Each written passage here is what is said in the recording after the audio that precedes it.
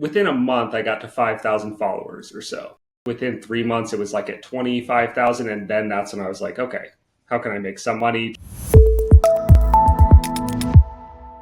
The next time somebody tells you that you can't make money posting memes or trolling people on the internet, I want you to send them this episode, because today I sit down with the GOAT, the OG of ghostwriting himself, Charlie Light.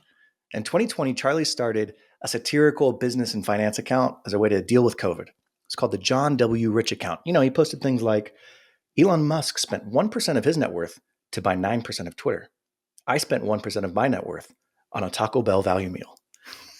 Well, within a month, Charlie had 5,000 followers. And within 3 months, he had 25,000 followers. And he started thinking, maybe I can make a business out of this. By 2022, he had over 200,000 followers and was generating, get this, $44,000 a month ghostwriting for other accounts. And in this episode, you're going to learn how Charlie experimented and pivoted until he found what works and why he thinks that's a key entrepreneurial trait. You're also going to learn how he looked to scale his business beyond the original idea because, spoiler alert, meme accounts do not scale well. And lastly, you're going to learn why leveraging simplicity and communicating ideas clearly and succinctly is, as Charlie puts it, a freaking superpower. Overall, you're going to laugh. You're going to learn a lot. I really hope you enjoy. Let's hop in. Charlie Light, I am so stoked to have you on Niconomics. Welcome, my friend. Yeah, thanks for having me, Nick. Excited. Let's just jump into it. For those who don't know you, tell me really quickly, what's your background and how do you make money? Yeah, well, my claim to fame is starting the John W. Rich parody account back in April of 2020 when I was bored, had absolutely nothing to do because of the COVID lockdowns, and that was before I had kids, before I really had any real responsibilities. So luckily at that time, I had 10 or 12 spare hours a day to screw around on Twitter and build up a parody account. Spare hours. Oh, But I mean, yeah, think back during COVID, well, I don't know, I guess you had kids at the time. You probably weren't just sitting around wondering what to do, but I kind of was because nothing was open. There was still a lot of sitting around. I mean, we had to go walk outside and get out and about. But, Babysitter Netflix was actively used. Babysitter Disney Plus was also actively used. We use those things a lot. How did you come up with that account, John? It was John C. Rich, right? John W. Rich. Okay, Yeah. John W. Rich. Why the W? I have no idea. I mean, I just thought of that and thought it sounded good. I mean, I feel like the W makes it sound kind of regal and, sophisticated. Yeah, so no real reason. I guess then the joke became that the W stands for wealthy, but it's not like I even thought of that at the time I named the account. Why'd you make the account? What spurred that? Or I had followed a lot of the parody accounts in the couple of years before that. So I feel like I already had a lot of ideas that I could tweet. I just thought it would be for fun, really, because I already enjoyed reading a lot of the older parody accounts that had been around forever. So I just thought, I'll try my hand at it. I didn't really think it would turn into an actual business. And it was 3 or 4 months before I really even attempted to turn it into a business. 3 or 4 months? Well, I mean, that's when I started trying to turn it into a business. Within a month, I got to 5,000 followers or so. And then I think within 3 months, it was like at 25,000. And then that's when I was like, okay, how can I make some money? Tried a few experiments, made a few bucks here and there. It was about 9 months later that I really started making some actual money. What was the vein of the parody? Who was John W. Rich? And what was his shtick? The whole idea was this older executive who failed his way to the top. So I think one joke I played on a lot is that he basically had one real success at the beginning of his career. And like in business or tech, if you have one big win, you could almost use that for the rest of your career and say, I was early investor in AOL 35 years ago, and I'm still raising money for my newest venture or my newest VC fund. Yeah, that was the whole joke, is that the kind of clueless executive who still makes way more than everyone else around him just because he has this status. Was he one of the first parody accounts in business Twitter or SMB Twitter? The SMB stuff didn't even, I don't know if people even called it that back then. Yeah, I would say the first. So there's definitely some stock market related ones. So like Liquidity was around before that. And there was a couple other accounts. Like if people remember the Senator Eloise Williams, that was probably the first one that was of the same category that John Rich was. But yeah, there really wasn't a lot of them. I actually think most of the ones we know today were created later in 2020 or in 2021 around the GameStop, AMC stuff. Is kind of when most of these accounts were created. So yeah, not really. Like, and I don't even remember. I guess people called it SMB Twitter, but a lot of the biggest players we know of today hadn't even really started posting at that time. Yeah, it was a whole different. I guess Ramp Capital was the one who's always been Yeah. around as like the finance, because he had been doing it for 5 or 6 years even before I started mine. But yeah, that was kind of the 2020 was a new age for the Twitter business accounts because a bunch of really now well-known ones popped up around then. What were you doing at the time? Like, obviously it was COVID, but were you working? Yeah, and I was actually working from home. So I worked for a private equity fund as just like an analyst, and it was okay. I liked it. So I had that to fall back on as I experimented with the Parody account. And so, yeah, before that, I did accounting and finance in school and just worked a couple of random corporate or startup jobs. But yeah, in 2020, I had my full-time job, but I had so much free time, I was able to treat this like a full-time job until 2021 when I really made it my full-time business. All right. So you have an accounting background. You're working at a private equity fund. Do you know who Clint Murphy is? Yeah. He's a CPA, CFO type, and Yeah. because he writes really good copy as well. But like, at what point did you realize, okay, yeah, I'm good at the financial stuff, but I also write really well? Yeah, actually, so way before that, in college, there was this app called Yik Yak. I don't know if you've heard of it, but yeah. So that became extremely popular when I was, I think, a sophomore in college. So like 2014 or so.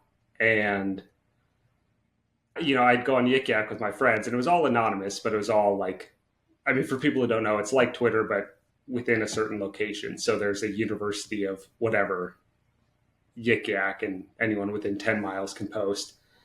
But it's totally anonymous. You don't even have a username. You don't know who wrote the post. When I started posting on there, like I would get of the top 10 posts, I'd have like 3 or 4 of them at any given time.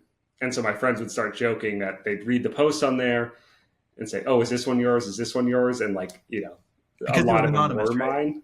Right. So yeah, you had no idea. So there was really no value to being a top poster on there other than my friends knew, but no one else could even know that it was this certain username. So I did that. It had no real economic value or any value whatsoever. And then I think Yik Yak shut down shortly after. But I kind of kept that in the back of my mind. Like, okay, I was good at writing this short form jokes. And I guess I just stored that in my brain for the next 6 years until I actually had the opportunity to put that to use. Dude, that's pretty funny. You were like the guy in the meme with the solo cup in the corner who was like, they don't know I'm a big deal on Yik Yak. Yeah, right, exactly. And I think, yeah, so I really wish at the time you could at least have some marker to say, these are my posts. But Right. yeah, pretty much. What was the post, or what was the series of posts, or the day on the John W. Rich account that took it from hobby to, oh, maybe this could be a business? Okay, at first there seemed like all these big milestones that like huge accounts or famous people would interact with my tweets. Yeah. So like the first time I think like Jim Cramer replied to something, or someone fairly famous either followed or interacted, I'd be like, oh wow, this is a big break. Yeah, come to realize it doesn't really matter. It's more if that person follows you and engages with you routinely, then yeah, maybe it'll lead to something later. The real actual break was in the fall of 2020.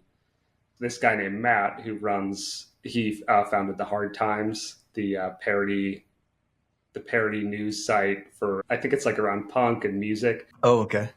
Has a pretty good following, but he was starting a sister site called Hard Money, so parody finance. So he had reached out and said, oh, we have investors for this. You'd be great at writing headlines. So that was the call that I was like, okay, this is probably the model, is to write content for other people. Because I had tried making money from the John Rich account previously. So yeah, how would you have made money from the John Rich account? Yeah, so the two ideas were like merch and basically selling advertising slots on the account. And, neither of those really make money, even if you have a lot of followers. So like at the time I started selling merch, this company Nikola, the electric vehicle company that not everyone, but a lot of people on my side of Twitter thought was fraudulent. So I guess this is late 2020 or so, I don't know. But I started selling some merch that was just like short NKLA, and like just their ticker symbol. And I think I made like $50 doing that. And then I got the Nikola Corporation had the stuff taken down from where I hosted it because it infringed on their copyright. Yeah, so like that made a few bucks. Like 10 people ordered it, and you have 10% margins on that stuff because it's drop shipped. So it's funny. So Chris Kerner, my business partner, he always says, anytime I see an influencer or anybody like on social media who's selling merch, all I know is that they have no idea how to monetize. Like, cause that's like the lowest hanging fruit. It's like, well, okay, well, maybe I'll just sell some merch because I don't really know what else to do with this account. But the John W. Rich account would have been difficult at that time because how were you supposed to monetize? Maybe you sell ad slots, but who are you selling ad slots to, right? Because people are coming to you for parody. Right. So like there were a few companies. So I think Polymarket would have been one that was very like they were a potential great advertiser because they liked my stuff and they were more informal. Is that the crypto betting market? I don't even know if it's crypto, but yeah, like It's the a betting market. Yeah. Okay. Yeah. Yeah, exactly. So yeah, they like to put out outlandish questions. So it's kind of perfect. So like that was a better moneymaker, but it still wasn't great because maybe once a week I could do that and charge them like $200. And the audience usually didn't like it. And yeah, it just like degraded the quality of the content if I was promoting anything. So it wasn't a great moneymaker. So then when I got on this call with Matt, that's when I realized, okay, the real money is in connecting with these people who want help with their own brand's writing. And, you know, they would hire me to do it because, yeah. So, and that was by far and away the most lucrative part of this whole parody account ecosystem that I found. I get ghostwriting because you're just essentially writing for somebody else's account. But when these people were contacting you, were they asking you to ghostwrite parody or humor? Or were they like, no, we want you to just ghostwrite regular stuff? I'm just saying, this is my own like bias. I would have been like, no, that guy writes humor. Like that guy writes parody. Why would he write for my account? How did those first conversations work out? Right. Yeah, that's a good point because the first few clients, so almost every client I've ever had wanted to write serious content. Oh. Hard Money is a kind of an exception because they were starting a parody website. But you're right, the vast majority of people are not willing to pay for someone to write satire because there's just not much money in it. Even if you build up a massive audience in satire, advertisers don't want to work with you. Your audience assumes everything is a joke, so they don't want to, you know, they don't think you're serious when you actually offer something that they have to spend money on. So yeah, the vast majority of my clients were serious people looking to publish serious content, or you know, maybe a little bit humorous. With your content, you have some jokes on there. It's not the most extreme serious content all the time. So that was the paying clients that I ended up having were people who actually wanted to promote their service or their company or something that made them money. And maybe they wanted to have some fun, so they knew I could incorporate the humor. But yeah, it was a little difficult at first because it's not like I was getting tons of clients just from the John Rich account. It was actually just by accident. Like someone might reach out and say, hey, do you help with content? And then maybe I'd get the next client as a referral. But I didn't have droves of people reaching out to the parody account because they didn't know who I actually was. So what did you find was the transferable skill of writing parody, comedy, to copywriting or being a ghostwriter for serious accounts? Because like on its face, those two don't necessarily seem like they mesh. Yeah, that's true. I would say probably the simplicity of the message you're writing. So like when writing parody, I knew that at least on Twitter, you have to make the joke immediate. Like if it's a little bit confusing, the tweet will not do well because people are going to spend about 2 seconds figuring out what you're saying before they move on.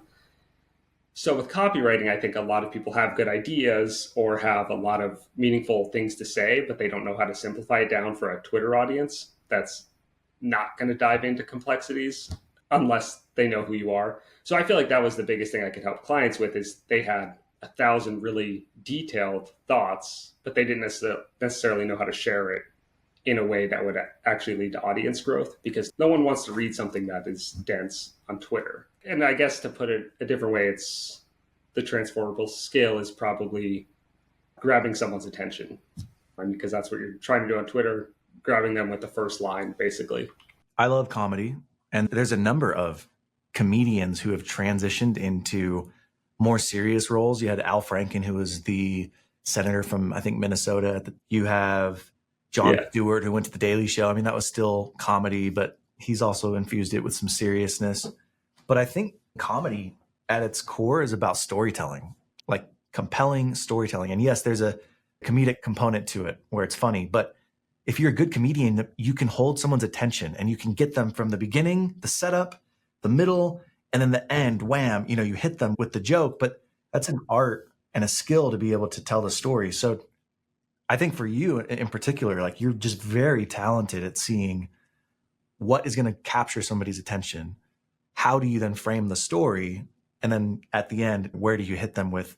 Sometimes it's too subtle, because I've seen a lot of comments to posts that you've made where people take you seriously and it's like, dude, he's trolling. Come on, guys. But right. But to me, like that's the real world-class skill I think that you have and a lot of comedians have.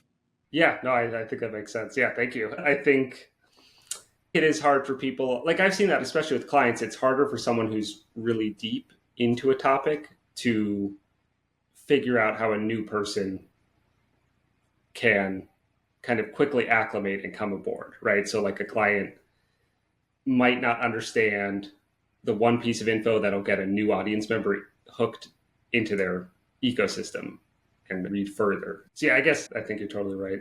Were you always like that? Were you just a funny kid? Were you a class clown, or were you just kind of quiet? No, I was more quiet, but I do remember in 5th grade, I was voted, most likely to be a comedian. So, I mean, that's awesome. I definitely always had that at least a little bit. Yeah. So I don't know what jokes I was telling in 5th grade to get that, but I got voted most likely to make you laugh my senior year. That was my superlative. I was the most likely to make you laugh. Nice. But I really do think, especially when you're young and you see people laughing, and I love making people laugh even to this day, is you just like start to get a sense of, okay, why are they laughing? What did they find funny about that? How did I get them to that place? And what I have found is like, if you can lead someone down a road and then you get to the very end of the road and you switch it, totally different from what they were expecting. Yeah. Like that dichotomy just makes people, if it's funny, right? It makes people laugh. And like that ability to hold someone's attention and create the environment where they're fixated on what you're talking about, that's not comedy necessarily, right? In that piece right here, right? It's like the beginning setup and the end, wham, you hit them. But that middle section's got to make sure you hold their attention so that you can hit them at the end with that punchline. And that for me, that's where I've gotten better at writing, is like, oh, actually, I do have this skill. I just happen to use it a lot to make people laugh, because I'm like, a penis. And then all of a sudden, people are like, that's hilarious. But I'm massively inappropriate. So, yeah, no, I think that's kind of the approach I took. So with the Hunter Cold Calls account, which I helped develop with Workweek, and they're running it now, but the approach I would take is I'd look at those somewhat ridiculous, like sales alpha male guys like Grant Cardone, and there's a bunch of them. Yeah.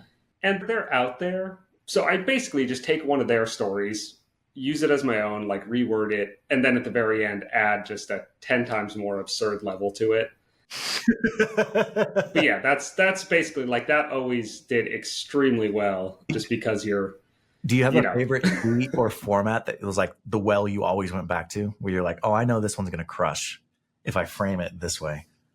Okay, I have, but not. I don't think any of them have lasted the entirety of how long I've done this, because I mean the one negative of that is if you come up with a really good format, then all the other people who shitpost kind of take it, and it's their right to. This isn't copyrighted stuff, but the more people who use it, it gets old quickly. So a format in I think 2021 that I did that I always knew would crush it for at least a few months was that joke about, what is it? Uber has no cars, Airbnb owns no hotels, and then whatever, like FTX owns no crypto or something. Or like, I think I was the first to make that joke. Obviously, it was borrowed from the writer who originally wrote that. That thread? Who wrote that. Yeah, I mean, he didn't write it as a joke because it was a serious article. It was about, Airbnb has no hotels, Uber has no cars, welcome to the new economy or whatever. I was one of the first to come up with that as a joke, and for a few months, I knew that would always crush. But now it's 3 years later, you've heard it a million different ways. Like it can be very funny in certain situations, but it's not as good. So yeah, usually the shelf life on those formats is like about 6 months. But I guess the one well I can always go back to is basically those absurd stories about, just find some story somewhere that's a little silly, make your own version, and then just make it way more absurd at the very end. But yeah, like there's so many business gurus on LinkedIn and on YouTube that are great for kind of finding material. Because Totally. I would just, what's that guy's name? The guy who's like always shirtless and does the sales seminars where he Alex Hormozy? like, Oh, no, Andy Edenfield. no, yeah, Yeah. yeah, that guy, yeah, who like says if you don't have a six pack, he fires you from his team or whatever. So like, I just watch 2 of his Instagram reels, and then I have a couple good stories that I can come up with for a parody account. So good. I thought when I first got on Twitter a year ago, Chris was like, dude, Nick, you should be an account that like is your guru's guru. Like you just go after the gurus. And I kind of played that vein for a minute, but ultimately I was like, it's not like it would be a fun outlet, but I'm trying to build an audience and build a business around this stuff. But gosh, like the stuff they say is just so outlandish. You're like Chris Crone. He's my favorite. Yeah. Have you seen Chris Crone? Yeah, he doesn't get sick. He just chooses not to get sick. Did you know? This is my favorite. He's like, 78% of everything is psychosomatic. So when you start getting tired and you tell yourself that you're tired, you get tired. Let me ask you a question. Right. Charlie. What's the first thing you say when you start not feeling well? I think I'm getting sick. It's all in your mind. Right. I think I'm getting sick. So I don't say that. I say to myself, I am well. I am healthy. Dude, like I watch these videos. I'm like, people watch this? And people then give him money? Right. Like not only do they watch it, they then give him money because they're like, you know how to invest, good sir. Anyways, Right. I love the, sorry, I went off on a big tangent there. I love the guru accounts. I'm with you on that. Well, just one more note on those. I love those accounts. Like Coffeezilla, I've been a huge fan of. And like in 2021, I used to message with him a lot, but sadly he got too famous because that was back when he only had 100,000 subscribers. So I could actually have a conversation with him. But, Jeez. After he went on, I think on Joe Rogan on Lex Friedman.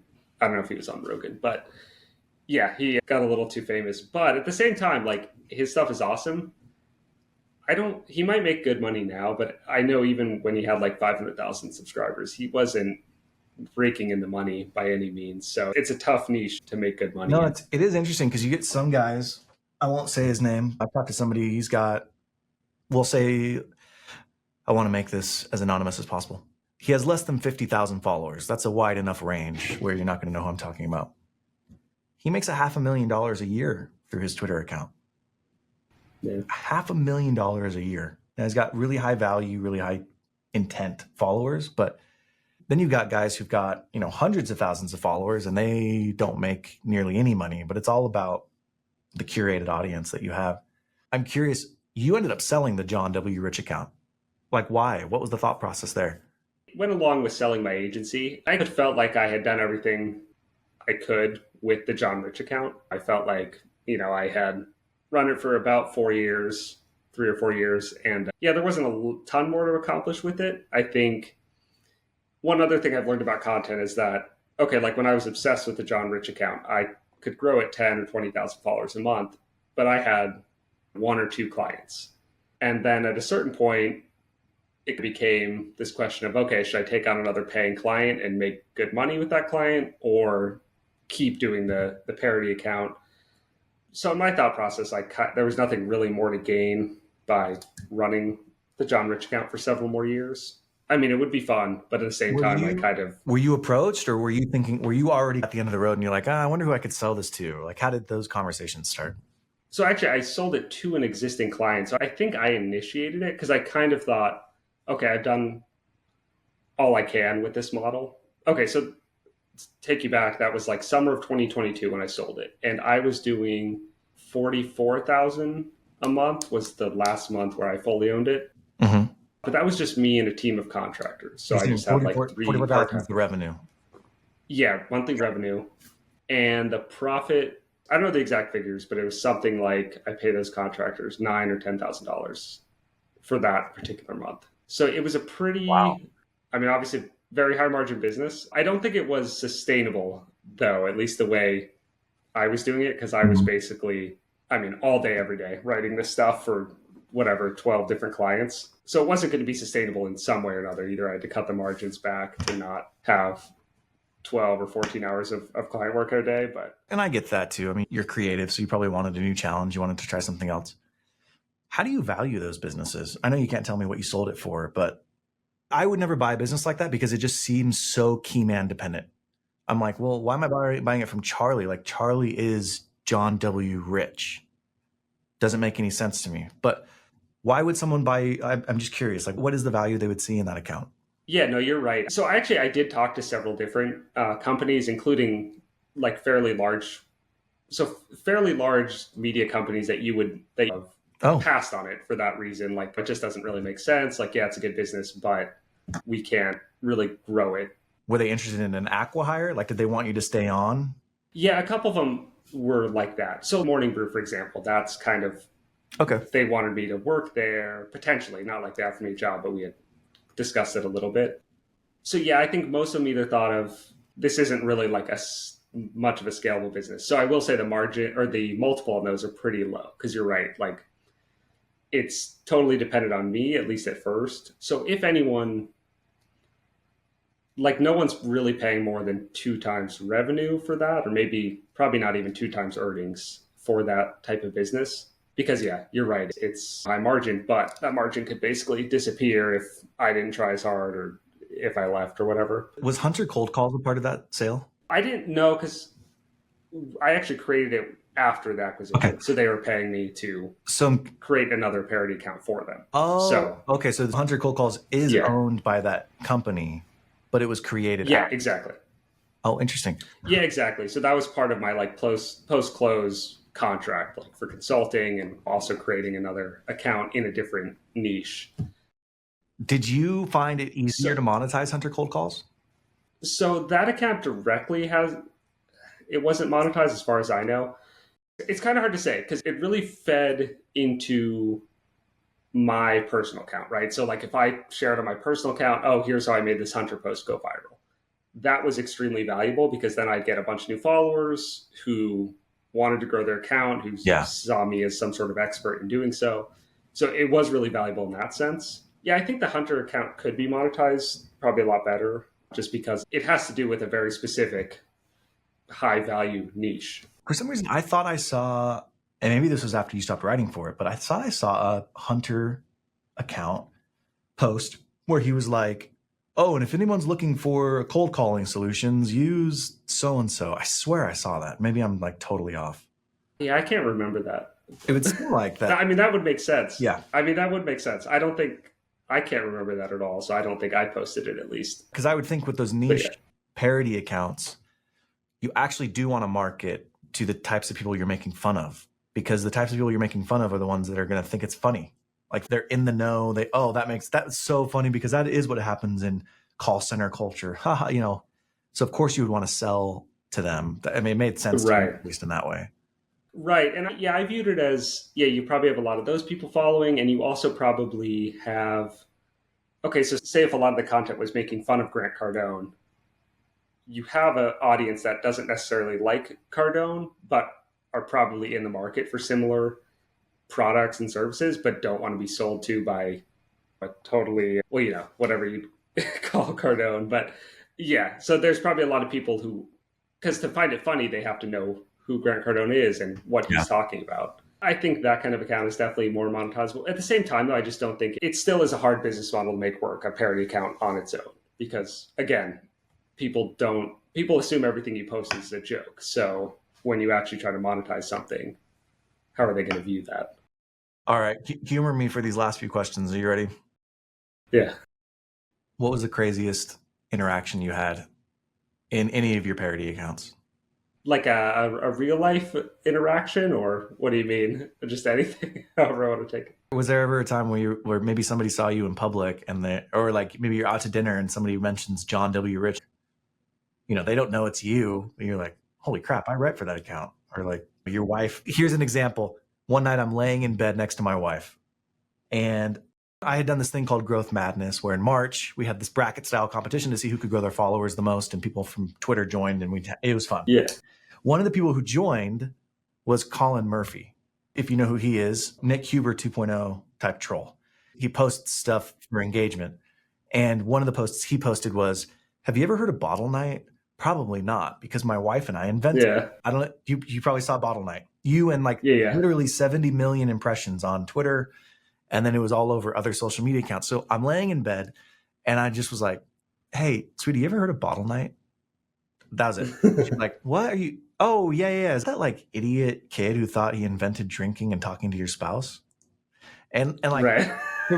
for me, that was a crazy moment because I was like, he was in my thing. I know him. I'm not Colin Murphy, Colin Rutherford. Sorry, I screwed his name up. But okay. Yeah. Okay. Anyways, got it. So like for me, that was kind of a like just weird, cool moment. But I'm sure you've had many of those types of moments. Yeah. Okay. Yeah, I've had several. So, like for example, my brother, he was hanging out with some friends one day, and he was a finance major in college, so he's hanging out with other kids in his finance class, and one of them pulls up his phone and says, "Oh man, have you seen this account? You'd probably love it," and shows him like the John W. Rich account. And my brother's like, "Wait, do you know my brother runs that?"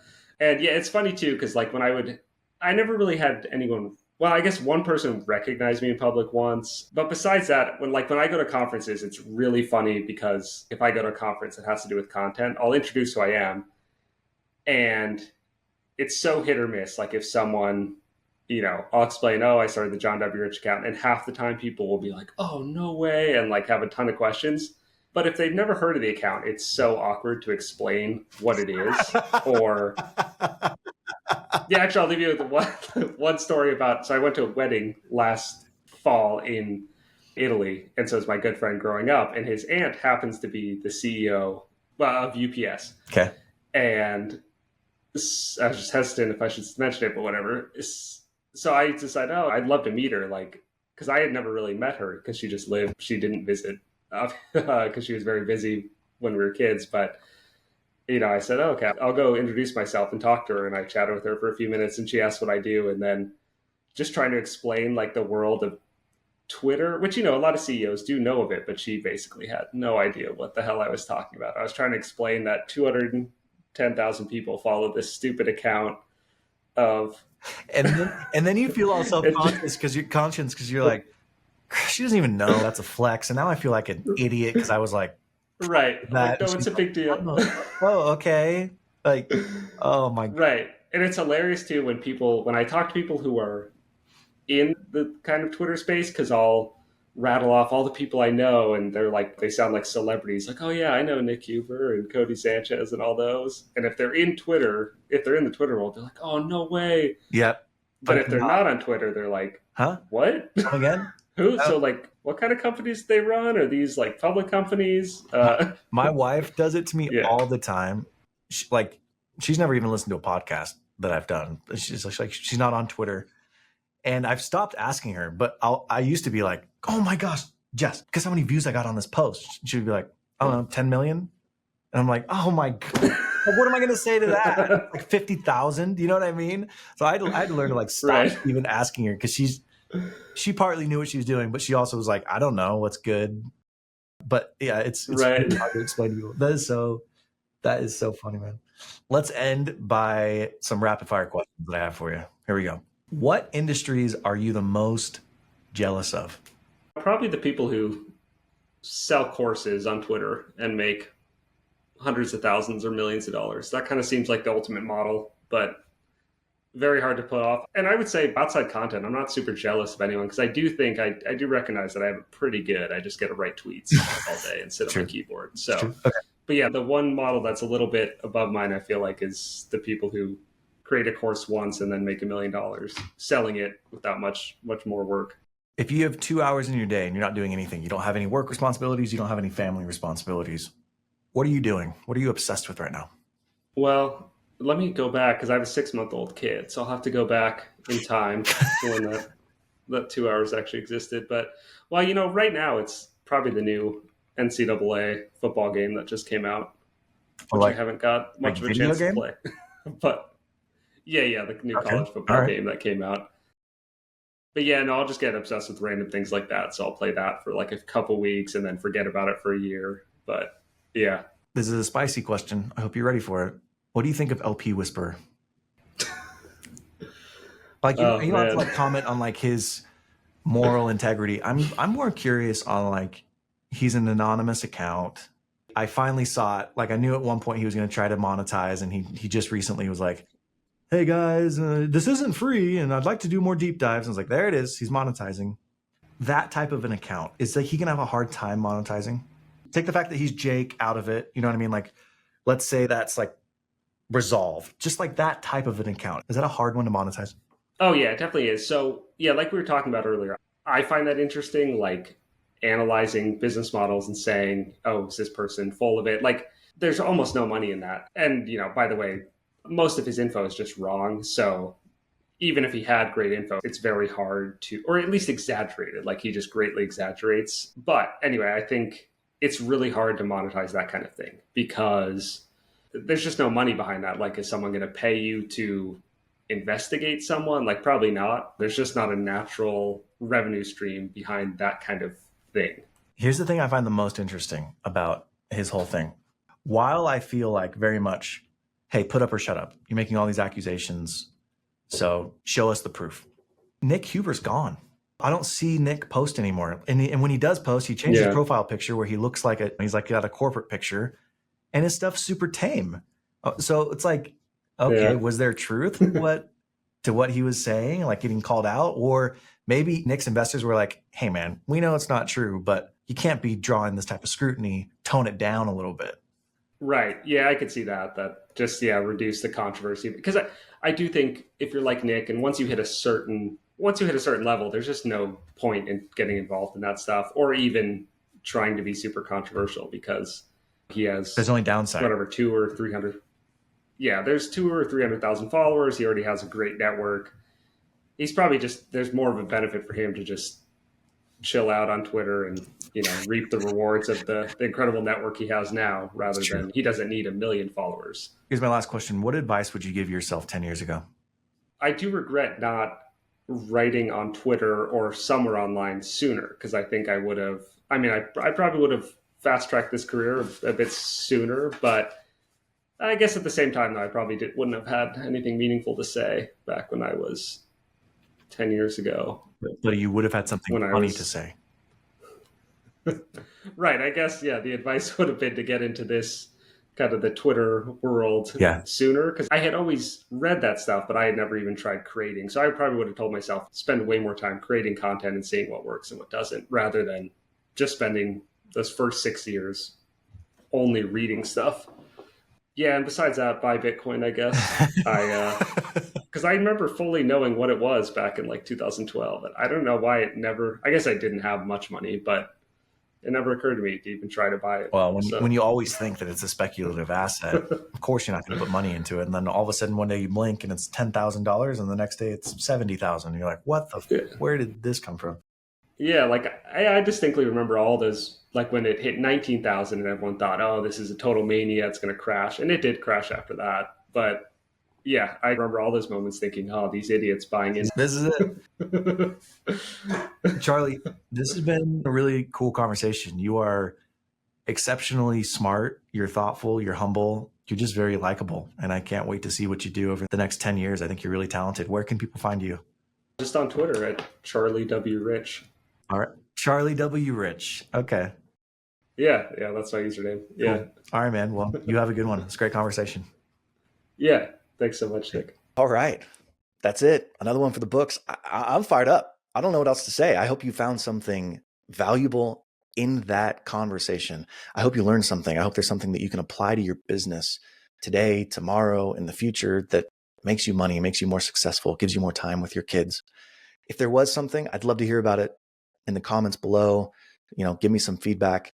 And if you like actionable advice and you want more of this, I write a weekly newsletter that gives insights, tips, and tricks into the world of entrepreneurship.